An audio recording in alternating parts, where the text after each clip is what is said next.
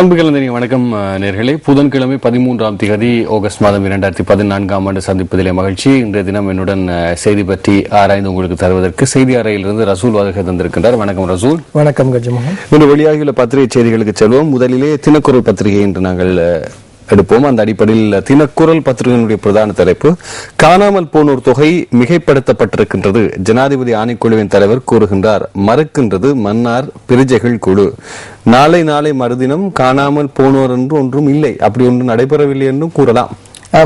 குறிப்பாக மன்னார் மாவட்டத்திற்கான அமர்வுகள் கடந்த 4 நாட்களாக நடைபெற்றன. இதனை முடித்துக்கொண்டு ஆணைக்குழுவின் தலைவர் ஊடகங்களுக்கு கருத்து தெரிவித்திருக்கிறார். அதாவது மன்னார் மாவட்டத்திலே கடந்த யுத்தத்திற்கு பின்னர் 1,47,000 பேர் வரையில் காணாமல் போனதாக பிரஜைகள் குழு சுட்டிக்காட்டியிருந்தது. இது மிகைப்படுத்தப்பட்ட ஒரு தொகையாகும் என்று கூறியிருக்கிறார். ஏனென்றால் ஆணைக்குழுவிற்கு கிடைத்த முறைப்பாடுகள், அது தொடர்பாக சாட்சியம் அளிப்பதற்காக வருகை தந்தவர்களின் எண்ணிக்கையோடு ஒப்பிடுகையில் இது மிகைப்படுத்தப்பட்ட ஒரு தொகை என்று மிகைப்படுத்தப்பட்ட தொகைக்கும் குறிப்பாக காணாமல் போனோர் ஆணைக்குழு சொல்லுகின்ற தொகைக்கும் இடையிலான இடைவெளி என்ன? அந்த இடைவெளி அது குறித்து அதாவது அதற்கு பதில் தெரிவித்திருக்கிறது மன்னார் மாவட்ட பிரஜைகள் குழுவின் தலைவர் தெரிவித்திருக்கிறார். அதாவது யுத்தத்தின் பின்னர் 3 லட்சம் மக்கள் ராணுவத்தினரின் ராணுவத்தினரிடம் தஞ்சம் அடைந்திருப்பதாக தகவல்கள் வெளியானதை சுட்டிக்காட்டியிருக்கின்றது. அது மட்டுமல்லாமல் அதன் பின்னர் அந்த பிரதேசங்களின் அரசாங்கத்தின் உயர்மட்ட அதிகாரிகளின் புள்ளி விவரங்களும் ராணுவத்தினால் தெரிவிக்கப்பட்ட புள்ளி விவரங்களும் ஒன்றுக்கொன்று பரஸ்பரமானவையாக காணப்படுகின்றது. இந்த அடிப்படையில் தான் வடக்கிலே காணாமல் போன மக்களின் மொத்த தொகையாக 1,47,000 என்பதைத்தான் கூறியிருப்பதாக அந்த பிரஜைகள் குழு தெரிவித்திருக்கிறது. இது மன்னார் மாவட்டத்தில் மட்டும் காணாமல் போனவர்கள் என்ற ஒரு கருத்தை எப்பொழுதுமே கூறவில்லை என்று சுட்டிக்காட்டப்பட்டிருக்கிறது. ஆகவே காணாமல் போனோர் ஆணைக்குழு சொல்லுகின்ற தொகை எந்த அளவு, எவ்வளவு? அதாவது காணாமல் போனோர் ஆணைக்குழு சொல்கின்றது மன்னாரிலே 3,300 முறைப்பாடுகளை பிரஜைகள் குழு முன்வைத்திருக்கின்றது என்று. அதிலும் 312 முறைப்பாடுகள் தான் ஆணைக்குழுவிற்கு கிடைத்திருப்பதாக மெக்ஸ்வெல் பர்னகம் கூறியிருக்கிறார். அப்படி என்றால் இப்போது கருத்து காணாமல் போனோர் தொகை 3,300 என்று பிரதிகள் கூறுகின்றார்கள். ஆனால் காணாமல் போனோர் உண்மையிலேயே 317 என்கின்ற அடிப்படையில் கிடைத்த முறைப்பாடுகள் 312 என்று தான் ஆணைக்குழு கூறுகிறது. ஒவ்வொரு விடயத்திலையும் சிவில் பிரஜைகள் குழு, குறிப்பாக ஆணைக்குழுவோடு ஜனாதிபதி நியமித்த காணாமல் போனோர் பற்றிய ஆணைக்குழுவோடு முரண்பட்டு கொண்டிருக்கின்றது தொடர்ச்சியாக. அப்படி என்ற உள்ளூரிலே சிவில் இருக்கக்கூடிய மக்களே அதற்கு முரண்பட்டு கொண்டிருக்கும் பட்சத்தில் சர்வதேசம் இந்த விசாரணைகளின் நியாயத்துவத்தை ஏற்றுக்கொள்ளுமா? அதாவது சர்வதேச ரீதியாக போதிய ஆதாரங்கள், தகவல்கள் இருப்பதாகத்தான் மனித உரிமைகள் ஆணைக்குழு தெரிவித்து வருகின்றது. ஐக்கிய நாடுகளின் மனித உரிமைகள் ஆணைக்குழு விசாரணை, உள்ளூர் விசாரணைகளை விட சர்வதேசத்திடம் போதிய ஆதாரங்கள் இருக்கிறது என்று அவர்கள் கூறுகிறார்கள். இதனை உறுதிப்படுத்துவதாகத்தான் நேற்று முன்தினம் நவி பிள்ளையின் கருத்தும் அமைந்திருந்தது. அதாவது இலங்கைக்குள் சென்றுதான் விசாரணைகளை முன்னெடுக்க வேண்டிய தேவையில்லை, இலங்கைக்கு வெளியில் போதுமான ஆதாரங்கள் தேவையான அளவு இருக்கின்றன என்ற ஒரு கருத்தை அவர் கூறியிருக்கிறார். அடுத்து, போலீசார் பொதுமக்கள் மோதல், துப்பாக்கி சூட்டில் பெண் படுகாயம், ஜீப் தீக்கரை, மட்டக்களப்பில் சம்பவம் என்கிற செய்தி இருக்கின்றது. ஏன் மட்டக்களப்பு கொக்கட்டிச்சோலை போலீஸ் பிரிவுக்கு உட்பட்ட பட்ட பனையறுப்பான் பகுதியில் செவ்வாய்க்கிழமை போலீசாருக்கும் பொதுமக்களுக்கும் இடம்பெற்ற மோதல் காரணமாக நேற்றிரவு இந்த சம்பவம் இடம்பெற்றது. அதாவது சட்டவிரோத மதுபானம் தயாரிக்கும் ஒரு இடத்தை சுற்றி வளைப்பதற்காக போலீசார் சென்றிருந்தார்கள். இதன் பொழுது அங்கே இடம்பெற்ற ஒரு சம்பவத்தை அடிப்படையாக கொண்டுதான் இந்த மோதலிடம், அதாவது பொதுமக்கள் போலீஸ் ஜீப்பை தீக்கிரையாக்கி இருக்கிறார்கள். இதனையடுத்து போலீசார் துப்பாக்கி பிரயோகம் மேற்கொண்டதில் பெண் ஒருவர் காயமடைந்திருக்கிறார். நீங்க சொல்வது பார்த்தால் அந்த கிராமமே சட்டவிரோத மதுபானத்தில் ஈடுபட்டிருக்கு. அப்படியா? குறிப்பாக அங்கே சென்ற பொழுது வாக்குவாதத்தை அடுத்துதான் இந்த நிலைமை ஏற்பட்டிருக்கின்றது. போலீசார் துப்பாக்கி பிரயோகம் மேற்கொண்டிருக்கிறார்கள். இதனையடுத்து அங்கிருந்த மக்கள் ஆத்திரமடைந்து இந்த சம்பவத்திற்கு காரணமாக அந்த விடயம் இடம்பெற்றிருக்கின்றது. அடுத்து, விளக்கமறியலில் 13 பெண் நிர்வாணமாக்கப்பட்டு சோதனை, சிறை காவலர்கள் அல்லாதவர்களால் சட்டத்தரணி தெரிவிப்பு. 2 தாய்லாந்து பெண்கள் உட்பட 13 பெண்கள் சார்பில் கொழும்பு மேலதிக நீதிவான் AM சாப்தின் முன்னிலையில் ஆஜரான சட்டத்தரணி, இந்த பெண்கள் விளக்கமறியலில் வைக்கப்பட்டிருந்த போது சிறைச்சாலை அதிகாரிகள் அல்லாத நபர்களால் நிர்வாணமயப்படுத்தப்பட்டு சோதனைக்கு உட்படுத்தப்பட்டதாக கூறியிருக்கின்றார். குறிப்பாக பம்மலப்பேட்டை சாகர் வீதியில் அமைந்துள்ள மசாஜ் நிலையத்தில் விபச்சார நடவடிக்கையில் ஈடுபட்டார் என்று குற்றஞ்சாட்டப்பட்ட இந்த பெண்கள் கைது செய்யப்பட்டதன் பிற்பாடு என்று. இது சட்டத்துக்கு ஏற்புடையதா, முரண்படுத்த? அதாவது நீதிமன்றத்திலே முன்வைக்கப்பட்ட வாதம் என்னவென்றால், சட்டத்தரணிகள் கூறியிருக்கிறார்கள், அதாவது இந்த நிலையம் ஆயுர்வேத ஆணையாளர் நாயகத்தின் அனுமதியுடன் சட்ட ரீதியாக இயங்கி வந்த ஒரு நிலையம். அங்கே சிகிச்சைக்காக வந்திருந்த ஒருவரும் கைது செய்யப்பட்டிருக்கிறார். இது நியாயமற்ற, அதாவது சட்டத்திற்கு புறம்பான ஒரு விடயம் இந்த கைது என்று கூறியிருக்கிறார். ஆனால் உண்மையிலேயே இலங்கையில் சாதாரணமாக நமக்கு வெளிப்படை உண்மையாக தெரியக்கூடிய விடயம் மசாஜ் நிலையங்கள் என்ற பேரில், ஆயுர்வேத நிலையங்கள் என்ற பேரில் சொல்லப்படுகின்ற பல விடயங்களிலே தவறான நடவடிக்கை நடைபெறுகிறது. அது எங்களுக்கு தெரியும். ஆனால் இந்த சோதனை செய்யக்கூடிய முறைமை சரியா என்பதுதான் கேள்வி. நிச்சயமாக. அப்படி இருக்கும்போது என்னென்றால் சோதனைக்கு அப்படி சோதனை செய்யப்படுவதற்கென்று ஒரு கட்டமைப்பு இருக்கிறது. அதை மீற முடியாது. இது எவ்வகையாக இருந்தாலும். ஆகவே இப்போது இன்று வந்திருக்கும் 1, 2, 3, 4 செய்திகளிலுமே சட்டம் ஒழுங்கு எவ்வளவு தூரம் இலங்கையில் நடைமுறைப்படுத்தப்படுகிறது என்பதற்கான ஒரு விளக்கம் தெரியக்கூடியதாக இருக்கிறது.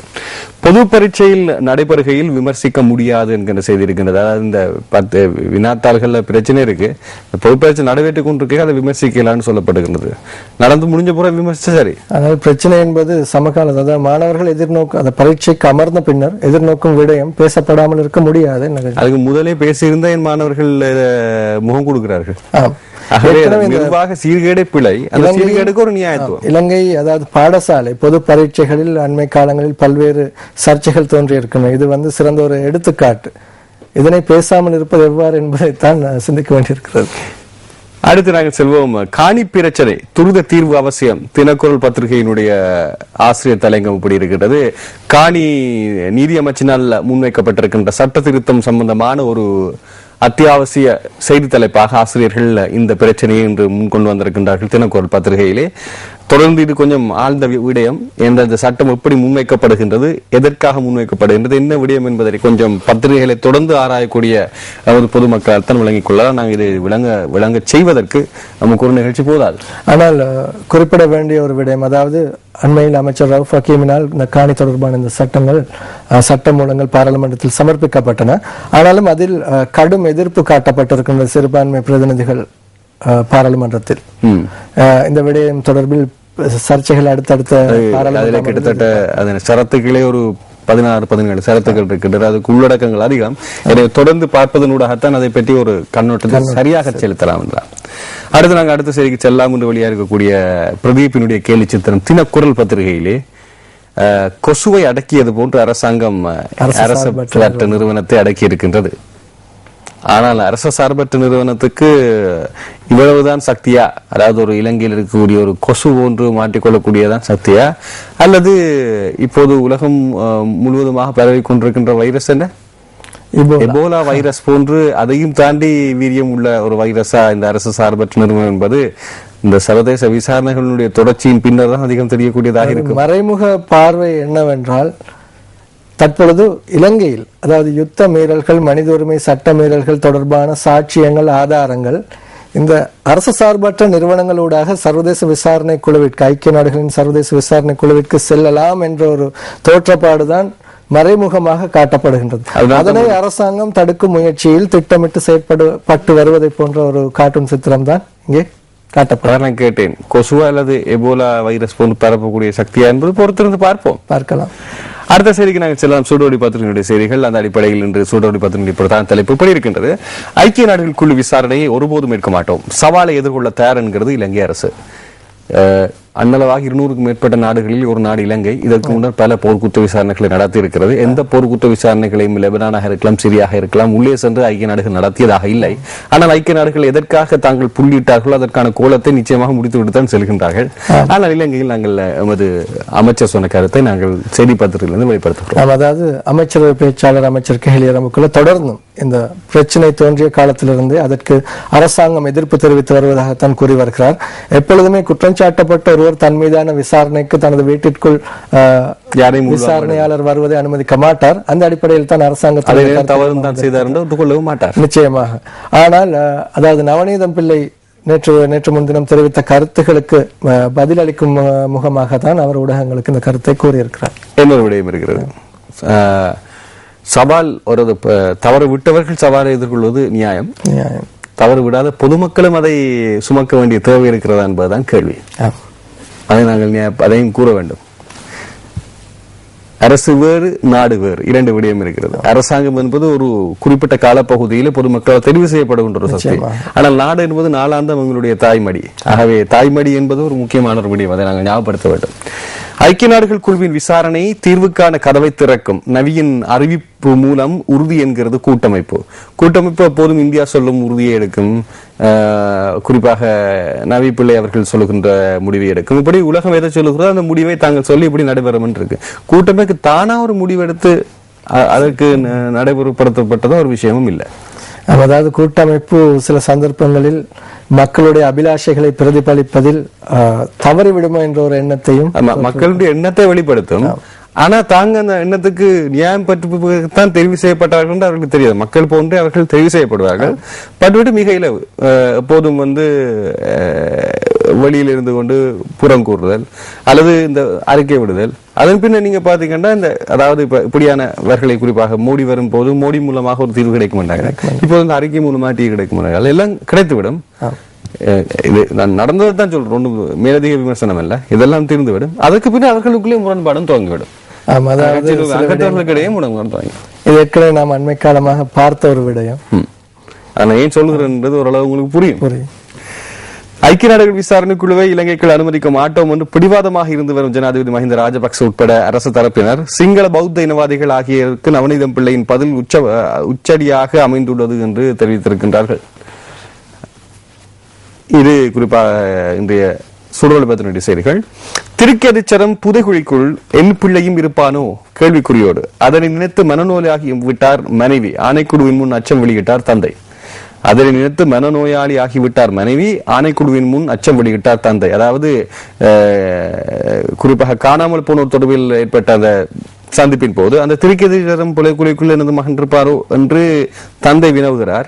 தனது மனைவி அதாவது அந்த பிள்ளையினுடைய தாய் மனநோயாளி ஆகிவிட்டார் பின்னர் என்கிற விடயத்தை இங்கே கூறியிருக்கின்றார். இப்படி எத்தனை செய்திகள் வரனாலும் தமது பிள்ளை காணாமல் போனது அல்லது தமது உறவினர்கள் தமது சொந்தங்கள் காணாமல் போனவற்றை அதாவது முறைப்பாடு செய்வதற்கு ஒரு தரப்பினர் தமக்கு நம்பிக்கை இல்லாத பட்சத்தில் அவர்கள் எங்கே போய் முறையிடுவார்கள் என்ற ஒரு கேள்விதான் இங்கே ஏற்படுகின்றது.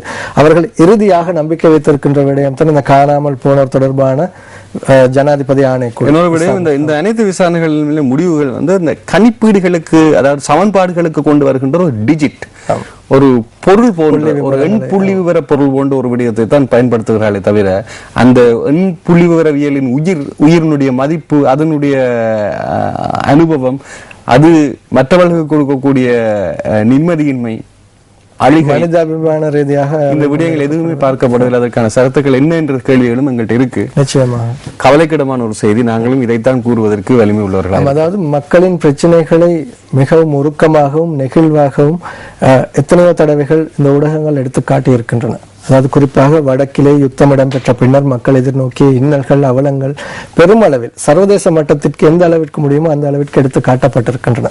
ஆனால் இது தொடர்பான நடவடிக்கைகள், அந்த மக்களுக்கான நிவாரணங்கள் எந்த அளவில் மேற்கொள்ளப்படுகின்றன என்பது தான் தொடர்ந்தும் கேள்விக்குறியாக இருக்கின்றது. மனித உரிமை ஆர்வலர் நியமன விடயத்தில் நழுவுகிறது இந்தியா.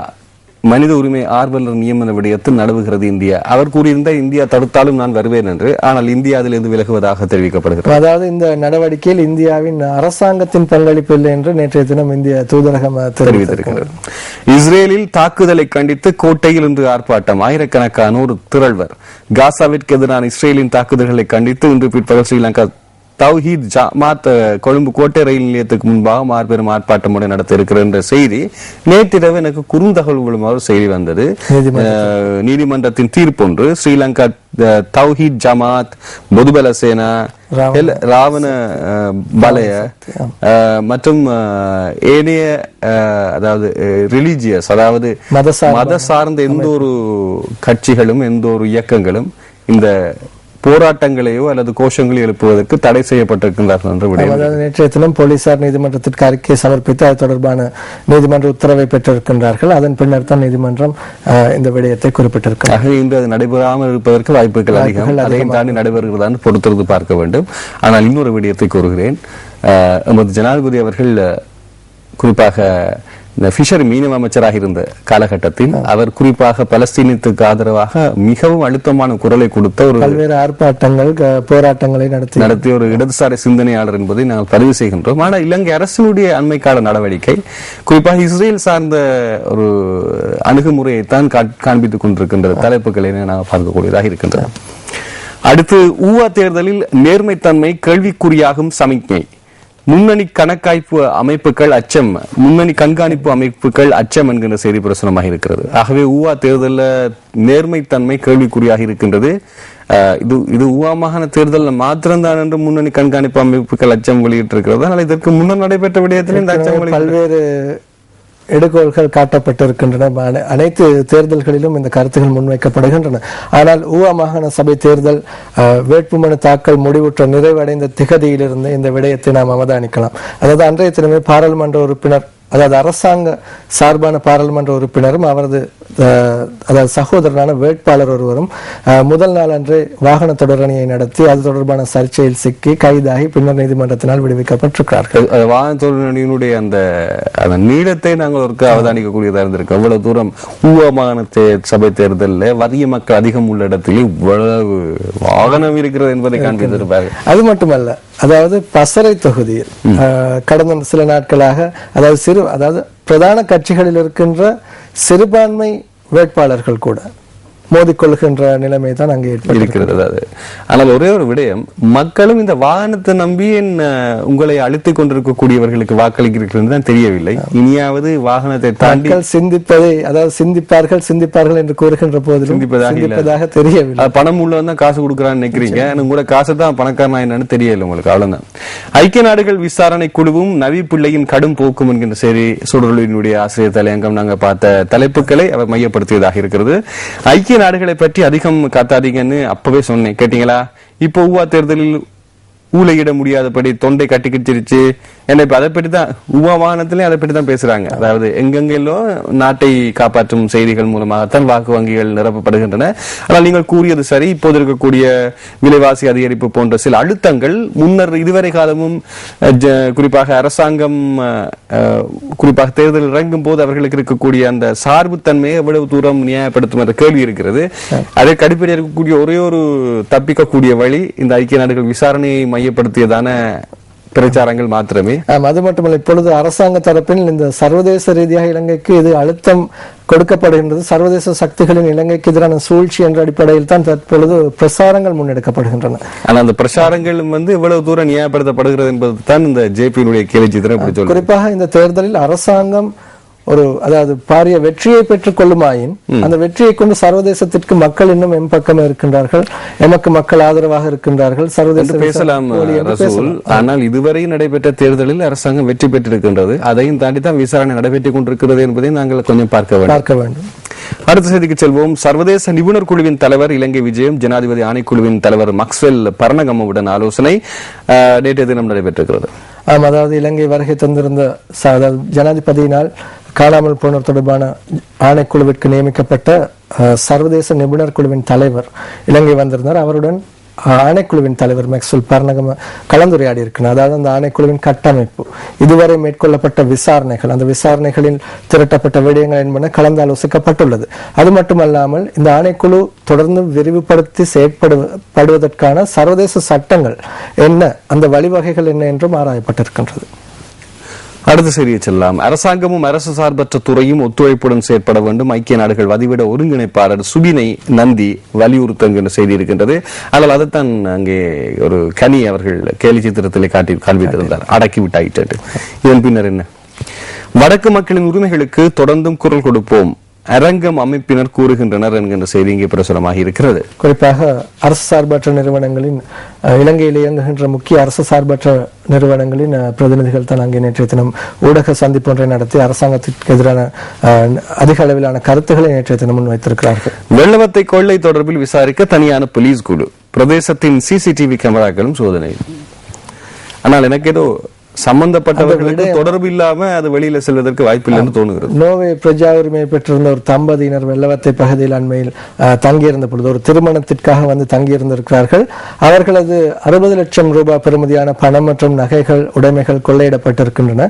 அந்த விடயத்தை அடிப்படையாக கொண்ட விசாரணைகளைத்தான் போலீசார். அதற்கு முன்னர் எழுதி வைத்துக் கொள்ளுங்கள். நான் ஏற்கனவே கூறியிருந்தேன், அவர்களோடு தொடர்பு கூட்ட நண்பர் அல்லது உறவினரோடு சம்பந்தப்பட்டதான் இந்த கொள்ளை நடைபெற்றிருக்க வேண்டும். எதுவும் கூறல் பாருங்க. நிச்சயமா அவர்களிடம் இருக்கின்ற உடைமைகளை நன்கு அறிந்த ஒருவர் தான் அதை. இரண்டாவது விடயம் நான் கூறுகின்றேன். அடுத்தது இந்த வழக்கு விசாரணையின் போது இந்த 39 லட்சத்தி சொச்சம் வெளிநாட்டு நாணயங்கள் எப்படி ஒரு நேரத்தில் வைத்திருக்க முடியும் என்ற ஒரு கேள்வியும் வரும். ஆமா, அதாவது வித்தியாசமான முறை. அதாவது அவர்கள் தங்கியிருந்த அறைக்குள் மயக்க மருந்து தெளிக்கப்பட்டு அவர்கள் மயக்கம் அடைந்த பின்னர் திருடப்பட்டிருக்கின்றது. ஆகவே இவை எல்லாம் வரும் வழி. அடுத்து நாங்கள் அரசு நிறுவனங்களின் அரசியல் மயமாவதற்கு ஜனாதிபதி முறைமையின் எல்லை மீறிய அதிகாரங்களே காரணம். எதிர்க்கட்சி தலைவர் ரணில் விக்ரமசிங்க அவர்கள் குற்றச்சாட்டு. அதிர்ச்சியை ஏற்படுத்தி இருக்கும் கொள்ளை சம்பவங்கள் என்கின்ற செய்தி இருக்கு. கொழும்பில் குறிப்பாக தமிழர்கள் வாழ்ந்திருக்கக்கூடிய பகுதியில் இடம்பெறக்கூடிய கொள்ளை சம்பவங்கள் சம்பந்தமான செய்தியை வீரகேசரி அறிய தந்திருக்கின்றது. அடுத்து நாங்கள் தினகரன் பத்திரிகைக்கு செல்வோம். தினகரன் பத்திரிகைக்குரிய இன்னும் ஒரு செய்தி. மத நல்லிணக்கம் வழிபாட்டு சுதந்திரங்களுக்கு பாதுகாப்பு அளிக்கப்பட்டுள்ள சிறந்த யுகம் இது. பௌத்தத்தை அளிக்க முயன்றோரை தோற்கடித்ததும் நாமே. எமது பெருமைகளை நாம் மறக்கக்கூடாது. ஜனாதிபதி அவர்கள் தெரிவிப்பு. ஆகவே இதை மையப்படுத்தியதாக நகர்கிறது என்றது இந்த குறிப்பாக தினகரன் பத்திரிகையுடைய தலைப்பிலிருந்து ஓரளவு புரியக்கூடியதாக இருக்கின்றது. இன்று நடக்க இருந்த போராட்டமும் நிறுத்தப்படும் கட்டளையிடப்பட்டிருக்கின்றது நீதிமன்றத்தால். இதையும் நாங்கள் ஞாபகப்படுத்துகின்றோம். இலங்கைக்கு எதிரான விசாரணை குழு ஐக்கிய நாடுகள் ஆணையம் மீறிய செயற்பாடு.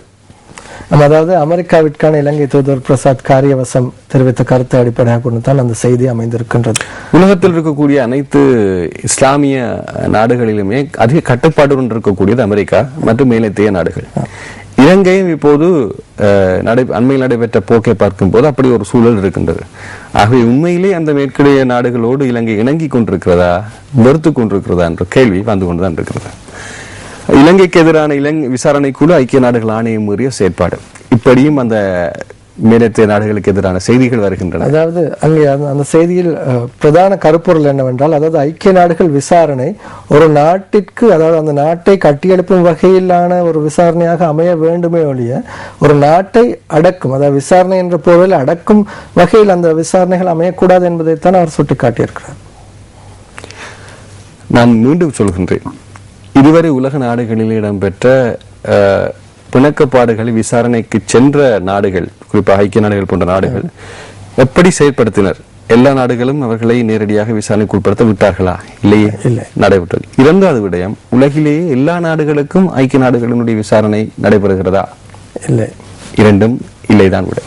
பயங்கரவாதத்தை தோற்கடித்த நாடுகளுக்கு பல சவால்கள். ஆசியான் மாநாட்டில் அமைச்சர் GL. இவை இன்றைய தினகரன் பத்திரிகை செய்திகள். அதனைத் தொடர்ந்து நாங்கள் செல்லலாம் இன்று வெளியாக இருக்கக்கூடிய மெட்ரோ நியூஸ் செய்திகளுக்கு. அந்த அடிப்படையில் வடமத்திய மாகாண வான்பரப்பில் தீச்சுவாலையுடன் பாரிய வெடிச்சத்தம், விமானப்படையினரும் அவதானிப்பு என்ற செய்தி. குறிப்பாக அனுராதபுரம் பகுதியில் இருக்கக்கூடிய காடகாஸ்தகிலிய மற்றும் இன்னும் அந்த அது சார்ந்த கெக்கிராவை 5 இடங்களிலே இந்த வகையான இது அவதானிக்கப்பட்டிருப்பதாக தெரிவிக்கப்படுகின்றது. அதில் குறிப்பாக இஸ்லாமியர்களும் அதிகம் வாழக்கூடிய இடம் அந்த பகுதி, வட மேல் மாகாணத்தினுடைய பகுதி. அது பலராலும் அவதானிக்கப்பட்டிருக்கின்றது. ஆனால் எந்த ஒரு ஃபுட்டேஜஸும் அதற்கு சரியாக கிடைக்கவில்லை. ஆனால் இது பற்றி நாங்கள் ஒரு சிறிய செய்தியாக எடுத்துக் கொண்டிருக்கிறோம். இது மிக முக்கியமாக அவதானிக்கப்பட வேண்டிய ஒரு செய்தி. அதாவது நேற்றைய தினம் நியூஸ் ஃபர்ஸ்ட்ல அது பிரதான செய்தியாக எடுத்துக் கொள்ளப்பட்டிருந்தது. அதாவது இது ஒரு வேற்றுக்கிரக வாசிகளாக இருக்கலாமோ, அங்கே வந்து இறங்கி இருக்கலாமோ என்ற ஒரு ஆச்சரியத்தையும் அதிர்ச்சியையும் தான் ஏற்படுத்தியிருந்தது மக்கள் மத்தியில். இதனை அடுத்து அங்கே ராணுவ முகாமினர் அது தொடர்பாக, அதாவது விமானப்படை முகாமினர் அது தொடர்பாக கண்காணித்திருக்கிறார்கள். அங்கேயும் அந்த சத்தம் உணரப்பட்டிருக்கின்றது. செய்மதியில் சேட்டலைட்டில் அது பதிவாகவில்லையாம். ஆனால் இலங்கை வளிமண்டலவியல் திணைக்களம், தொல்பொருள் திணைக்களம் ஆகிய அனைத்து தரப்புகளும் இது தொடர்பாக கவனம் செலுத்தி ஆய்வுகளையும் விசாரணைகளையும் மேற்கொண்டு வருகிறார்கள். ஒரு விதத்தில் இதை ஆய்வு செய்வதற்கு வெளிநாடுகளில் இருந்து, அதாவது அதி சக்தி வாய்ந்த நிபுணர்கள் கொண்ட நாடுகளில் இருந்து பலர் வருகை வந்துதான் அவதானிப்பார்களோ தெரியவில்லை. அதாவது எரிகள் விழுந்திருந்தால் அது பூமியில் விழும் முன்னே அது அழிந்து விடும் அமர்ந்து. அதில் விழுந்த இடம் இருக்குமே, அதுவும் ஒரு கேள்வி. சிதறி விழுகின்ற பொழுது அது அந்த இடத்தில் தான் விழும் என்று எதிர்பார்க்க முடியாது. அப்படி என்றால் அப்படியும் ஒரு எதிர்பார்ப்பு. அதாவது வெளிநாட்டு நிபுணர்கள் வந்துதான் இதை அவதானிக்க போகிறார்களான்னு தெரியவில்லை. இன்னொரு கேள்வி இருக்கிறது, வெளிநாட்டு நிபுணர்கள் வருவதற்குத்தான் அந்த வால் நட்சத்திரம் போன்று ஒன்று விழுந்ததா என்றும் தெரியவில்லை. ஆனால் இலங்கை அணுசக்தி அதிகார சபை தெரிவித்திருக்கிறது, தாங்கள் அணு தொடர்பான அல்லது கதிரியக்கம் தொடர்பான எந்தவித செயற்பாடுகளையும் அந்த பிரதேசத்தில் மேற்கொள்ளவில்லை என்று உறுதி செய்திருக்கிறார். யாழ் பல்கலைக்கழகத்துக்கு மாற்றம் பெறவே தன்னைத்தானே தாக்கிக் கொண்டதாக சப்ரகமு பல்கலைக்கழக மாணவன் வாக்குமூலம் போலீசார் தெரிவிக்க ஒரு சின்ன செய்தியாக இன்றைய தினம் ஒரே ஒரு பத்திரிகையான மெட்ரோ நியூஸ்ல இது போடப்பட்டிருக்கிறது. ஆனால் இதை நாங்கள் முதல் நாளே எதிர்வு கூறியிருந்தோம், இப்படித்தான் நடைபெறும் என்று. பல நகைச்சுவைகள் அரங்கேறுவது நமது நாட்டிலே வழமை. இந்த கால பகுதியில் இப்படி ஒரு நகைச்சுவை. அதாவது குற்றப்புலனாய்வு திணைக்களத்தினரின் மேற்பார்வையில் தான் இந்த விசாரணைகள் இடம்பெற்ற இந்த மாணவன், அதாவது சப்ரகம பல்கலைக்கழக மாணவன் கைது செய்யப்பட்டிருக்கின்றார். அதாவது இவர் தன்னைத்தானே தாக்கிக் கொண்டது, அதாவது வெட்டி கொண்டது, அந்த பிளேட் தன்னை கட்டி போடுவதற்காக வயர், அது மட்டுமல்லாமல் பொருள் போன்ற தடைய பொருட்களை கைப்பற்றி இருக்கிறார்களாம். அவை அந்த மாணவனின் வாக்குமூலத்தில் தான் தெரிவித்திருக்கின்றன, தன்னைத்தானே வெட்டிக்கொண்டு தான் யாழ்ப்பாணத்தில் தனது சொந்த இடமான யாழ்ப்பாண பல்கலைக்கழகத்திற்கு தன்னை மாற்றிக்கொள்வதற்காகத்தான் இந்த நடவடிக்கையில் ஈடுபட்டதாக கூறியிருக்கிறார். ஆனால் அங்கே சப்ரகம பல்கலைக்கழக காவலாளிகளின் வாக்குமூலத்திற்கும் மாணவனின் வாக்குமூலத்திற்கும் இடையில் வித்தியாசம் காணப்படுவதை அடுத்து தான் போலீசார் தீவிர விசாரணை நடத்தியிருக்கிறார்கள். ஆனால் இந்த மாணவன் தன்னைத்தானே காயம் ஏற்படுத்திக் கொண்டு அங்கே மாற்றம் பெறுவதற்கான காரணம் என்ன என்பதையும் சிந்திக்க வேண்டியிருக்கிறது. அதையும் சிந்திக்க வேண்டியிருக்கு. அப்படின்னா அதற்கு ஒரு காரணம் இருக்கலாம். ஆனால் நீங்க இதை கூறிவிட்டீர்கள், எதிர்காலத்தில் நீங்களும் உங்களை தாக்கிக் கொள்வதற்கு வாய்ப்புகள் இருக்கும், கவனமாக இருக்க வேண்டும். சீட்டிலிப்பில் 1,00,000 ரூபாயை வெற்றி கொண்ட சிறுவனுக்கு 1000 ரூபாய் கொடுத்து மாற்றிய முகவர். எப்படியெல்லாம் மாற்றாங்கன்றது மிக முக்கியமான விஷயம். முகவருக்கு தான் தெரியும் அவற்றை பிரச்சனை என்னென்று. சிறுவனுக்கு அது தெரியுமா? கவலைக்கிடமான செய்தி. சிறுவன் தந்தைக்கும் தாய்க்கும் கூட நல்லா புரியும். என்றால் ஒரு சமூகத்தில் இருக்கக்கூடிய பொருளாதாரத்தை அழுத்தத்தை முகம் கொடுப்பவர்களுக்கு தான் சிக்கல் இருக்கிறது. இன்று எனக்கும் உங்களுக்கும் கூட இன்றைய நாளிலே நாங்கள் கொடுக்க வேண்டிய தொகை என்னன்றதை தான் யோசிச்சு கொண்டு வரோம். கொடுத்துட்ட வேண்டாம் நிம்மதியா இருப்போம் தான் யோசிக்கிறோம். இது எல்லோருக்கும் சம அளவிலாக இருக்கக்கூடிய ஒரு எண்ணம். குறிப்பாக லட்சக்கணக்கு ரூபாய்கள் பரிசு தொகையை கொண்டிருக்கின்ற சீட்டுகளை விற்பனை செய்பவர் ஒரு சீட்டிலிருந்து 1 ரூபாய் அல்லது அதனை விட குறைந்த தொகையை லாபமாக பெறுகின்றார். ஆகவே அவர் என்ன செய்வார்? அப்படி ஒரு விடயம் இருக்கிறது. ஆனால் அது சரியான இன்னொரு நேர்மையான விடயம் இருக்கின்றது. அந்த முகவரனுடைய மொத்த வருமானம் எவ்வளவு தூரத்துக்கு செல்லும் வரை இன்னொரு கேள்வியும் இருக்கிறது. இதை ஒரு உலக சுரண்டல்கள், இதை நாங்கள் குறும்படமாக கூட கொடுத்திருந்தோம். வீட்டுக்குள் புகுந்தவர்களால் தாக்குதல், தந்தை மகன் மரணம், ஒருவர் காயம். மீகதென்ன கொரகதுவ பலவத்த பிரதேசத்தில் இந்த நேற்று தினம் நடைபெற்றிருப்பதாக தெரிவிக்கின்றார்கள். அது தனிப்பட்ட ஒரு பிரச்சனையை அடிப்படையாக கொண்டுதான் அந்த தாக்குதல் சம்பவம். இப்போது எந்த சின்ன பிரச்சனைக்கும் இறுதியாக கொலைதான் முடிவாயிருக்காதான் கவலைக்கிடமான செய்தி. வறட்சியால் 2 வாரத்தில் 16 லட்சம் பேர் பாதிப்பு. மன்னாரில் 76,870 பேர், கிளிநொச்சியில் 73,125 பேர், முல்லைத்தீவில் 56,468 பேர், வவுனியாவில் 43,332 பேர் என்று கணக்கிலே நாங்கள் சொல்லும் போது இலகுவாயிருக்கும். இந்த கணக்கிலே சொல்லப்படுகின்ற ஒவ்வொரு உயிர்களும் பெறும் அவலத்தை கொஞ்சம் உணர்ந்து பார்க்கும் போது அவர்கள் வாழ்க்கைக்கு துடிக்கக்கூடிய அந்த அவலம் புரியும். இது வறட்சியால் 2 வாரத்தில் 16 லட்சம் பேர் பாதிப்பு. இன்னும் 1 வாரம் நீடித்தால் என்ன நடக்கும், 2 வாரம் நீடித்தால் என்ன நடக்கும் என்பதை கொஞ்சம் போக வேண்டும். அந்த பகுதியில் இருக்க ஒவ்வொரு வீட்டு கிணறுமே நீர் இல்லாத நேரத்தில் என்ன பிரச்சனையாகும் என்பதையும் கொஞ்சம் புரிந்து கொள்ள வேண்டும். கவலைக்கிடமான செய்தி. குடிதண்ணீர் குடிக்கிறது என்று பௌசர்களை கொண்டு பணம் பெறும் நடவடிக்கையும் நடைபெற்றுக் கொண்டிருக்கின்றது. அதை நிகழ்த்திக் கொண்டிருப்பவர்கள் அந்த அரசியல் துறையின் பிரதானிகள் என்பதையும் நாங்கள் இங்கே எடுத்து கூற வேண்டும். இது தடுக்கப்பட வேண்டிய விஷயம், மிகவும் தடுக்கப்பட வேண்டிய விஷயம். அப்படி செய்யவில்லை அவர்கள் குறிப்பாக இந்த பிறப்பிலேயே அதற்கான பயனை பொது சக்தியிடமிருந்து நிச்சயமாக அனுபவிக்கும். நிச்சயமாக. அதாவது மக்கள் மயமான விடயங்கள், அதாவது குறிப்பாக நாம் இந்த சந்தர்ப்பத்திலே குறிப்பிடலாம். இரணைமடு நீர் திட்டம், யாழ்ப்பாணத்திற்கு நீரை கொண்டு செல்வது தொடர்பாக இப்பொழுது சிந்திக்கலாம். இது வடமாகாண சபை தற்பொழுது எதிர்நோக்கி இருக்கின்ற ஒரு பாரிய சவாலாகவும் இருக்கின்றது. அதற்கு நிறைவேற்றி செயல்படுத்த முடியும் என்ற இன்னொரு கேள்வி இருக்கிறது. இப்படி பல விடயம். இது குறிப்பாக யாழ் தினக்குரல் பத்திரிகை வழியாகிய செய்தி. எபோலா அச்சம், இலங்கையரை நாடு திரும்புமாறு அழைப்பு. குறிப்பாக ஆப்பிரிக்க நாடுகளான லைபீரியா, சியலியோன் மற்றும் கினி ஆகிய நாடுகளில் 200க்கும் மேற்பட்ட அதிகமான இலங்கையர் தொழில் புரிந்து வருகிறார். அது மாத்திரமல்ல, நைஜீரியா, கானா போன்ற நாடுகளிலும் இலங்கையின் வர்த்தகர்கள் இருக்கின்றார்கள். அவர்களை மீண்டும் நாடுக்கு அழைக்குமாறு தெரிவித்திருக்கிறார்கள் வெளிநாட்டு வேலைவாய்ப்பு பணியம். மிக முக்கியமாக இந்த எபோலா வைரஸ் தாக்கம் பற்றி அது எப்படி எவ்வளவு கஷ்டப்பட்டு எவ்வளவு மூடி ஒவ்வொரு நாட்டுக்கும் கொண்டு போறாங்கன்றதை சர்வதேச செய்திகளில் நியூஸ் ஃபர்ஸ்ட் பார்க்கும் போது புரியக்கூடியதா இருக்கும். இளமையை தக்க வைக்க ஊசி ஏற்றிய பெண் டாக்டர் மரணம். இது நேற்றைய தினம் பம்பலப்பிட்டி பகுதியில் இடம்பெற்றிருக்கின்றது. இளமையை தக்க வைக்கிறதுக்கு 47 வயதுடைய பெண் வைத்தியருக்கு என்ன தேவை இருக்கு? வைத்தியத்துறையில் இருக்கிறவர் ஓரளவு யோசிக்கத்தானே வேணும் வாழ்க்கைன்றது என்னென்று. அதே நேரத்தில் இதை செயற்படுத்துறதுக்கு அழகு சாதன நிலையத்தில் ஒரு ஆள் அந்த வைத்தியரையே முட்டலாக்கிய சம்பவமாக தான் இருக்கின்றது. அதுவும் ஒரு MBBS பட்டம் பெற்ற ஒரு வைத்தியர். அவர் அமெரிக்காவிலே விசேட பயிற்சிகளை பெற்று வந்துதான் அந்த அழகு சாதன நிலையத்தை நடத்தி வருகிறார். ஒரு புது வகையான ஒரு அழகு சாதன ஊசியை ஏற்றி இருக்கிறார். இதுதான் ஒவ்வாத காரணத்தினால் அவருக்கு மரணத்தை ஏற்படுத்தி இருக்கின்றது. இப்போது அவரது தொழிலுக்கும் ஒரு பெரும் மரணம் ஏற்பட்டு கைது செய்யப்பட்டிருக்கிறார். பயணிகள் பஸ் மீது முகமாலையில் கல்வீச்சு 4 படுகாயம். யாழ்ப்பாணத்திலிருந்து கொழும்பு சென்ற தனியார் பயணிகள் பஸ் மீது நேற்று செவ்வாய்க்கிழமை இரவு தென்மராட்சி முகமாலை பகுதியில் நடக்கப்பட்ட கல்வீச்சில் 4 பயணிகள் படுகாயம் அடைந்திருக்கின்றார்கள். நேற்று 10:20 மணி அளவில் இடம்பெற்ற இந்த தாக்குதல் பற்றி இது என்ன நடக்கிறது? நான் நினைக்கின்றேன் இது இந்த பஸ்களுக்கு இடையிலான போட்டித்தன்மை சார்ந்த ஒரு விடயமா? அதாவது அந்த பயண ரூட் என்பார்கள். அந்த மார்க்கத்திலான பஸ்கள் புதிதாக ஈடுபடுத்தப்படும் பொழுது அல்லது அனுமதியற்ற வகையில் அதாவது அனுமதி பத்திரங்கள் வழங்குவதில் உள்ள குளறுபடிகள் தான் காரணம். அதாவது சில அதிகார சபைகள், போக்குவரத்து அதிகார சபைகள் தமக்கு வேண்டியவர்களுக்கு அந்த மார்க்கத்தில் பயணத்தில் ஈடுபடுவதற்கான அனுமதிகளை சட்டவிரோதமாக வழங்கும் பொழுது இந்த பிரச்சனைகள் ஏற்படுகின்றன.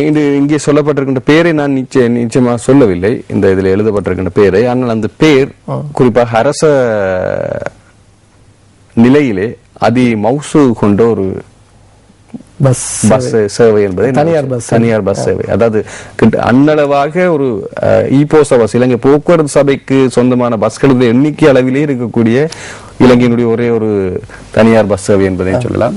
நிச்சயமாக அப்படி என்றால் நியாயம் இல்லை என்பது மற்றவர்களுக்கு புரியும். குறிப்பாக தெற்கு அதிவேக மார்க்கத்திலும் தற்போது இந்த பிரச்சனைகள் உக்கிரமடைந்திருக்கின்றன. இத்தோடு இன்றைய சக்தி பிரஸ் ரிலீஸை நாங்கள் நிறைவு செய்கின்றோம். நாளை வியாழக்கிழமை என்பதால் நாளை மேலும் பிரஸ் ரிலீஸ். தொடர்ந்து நீங்கள் மண் வாசனை சிறப்பு நேர்காணலை பார்க்கலாம்.